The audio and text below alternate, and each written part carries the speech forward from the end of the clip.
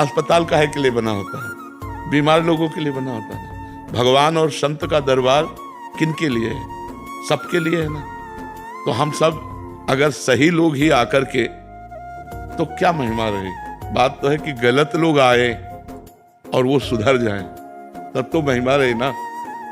अच्छा, पहला सुधार ये हुआ कि जो संतों को मानते ही नहीं है, गलत आचरणों में लगे हैं, कठपुतली की तरह पूरा संसार उनकी माया की डोरी में बंधा हुआ नाच रहा है।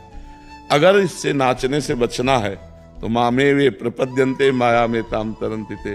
भगवान की शरण में हो जाए, भगवान का नाम जप करे तो माया मुक्त हो जाए। पक्की बात समझो। इसलिए खूब नाम जप करो, भगवान का आश्रय ले लो। मूल में कौन आया? परमात्मा रूपी पावर से ही ये माया पावरवान है, और माया के ही पावर से तमोगुण पावरवान है, और तमोगुण के पावर में आकर वो क्रोध कर गया। अब क्रोध की क्रिया हम देखकर उसे गंदा कह सकते हैं, लेकिन जब हम कारणों पे पहुंचेंगे तो लगेगा इसका कारण भी परमात्मा ही है। आप साक्षात भगवान मानने लगोगे सत्संग करने वाले को, क्योंकि आपके हृदय में जब चलोगे वो आनंद आएगा, तो लगेगा उनकी कृपा से आनंद आ रहा है, क्योंकि उन्हीं के वचनों से चले। और आप वचन नहीं मानोगे और पीछे पड़ोगे तो बहुत तरह के भय आ जाएंगे। इसलिए हम कहते हैं ये पांच भौतिक ढांचा है, इससे प्यार ना करो, क्योंकि ये बहुत नाशवान है। भजन करो, आज्ञा का पालन करो, इसी से सब ठीक हो जाएगा। नाम से बढ़कर ना कोई साधन है और ना कोई क्रिया है। अगर नाम जब चल रहा है, श्वासा श्वासा नाम जपे, तो दुविधा रहे न कोई। अगर नाम निरंतर चल रहा है तो दुविधा नहीं है, निरंतर भगवान की सानिध्य की। पर जब तक पाप नष्ट नहीं हो जाएगा तब तक नहीं।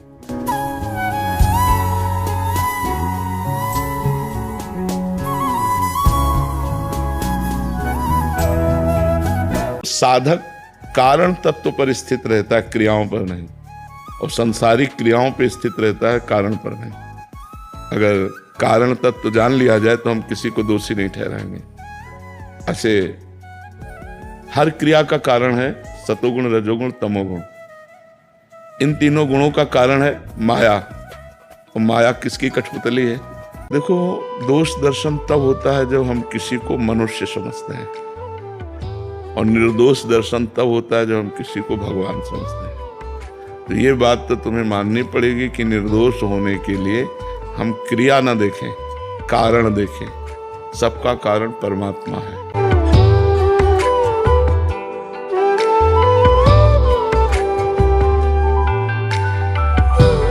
अगर विश्व में एक आदमी को भी संभाल दिया तो इससे बड़ा पुण्य नहीं होता।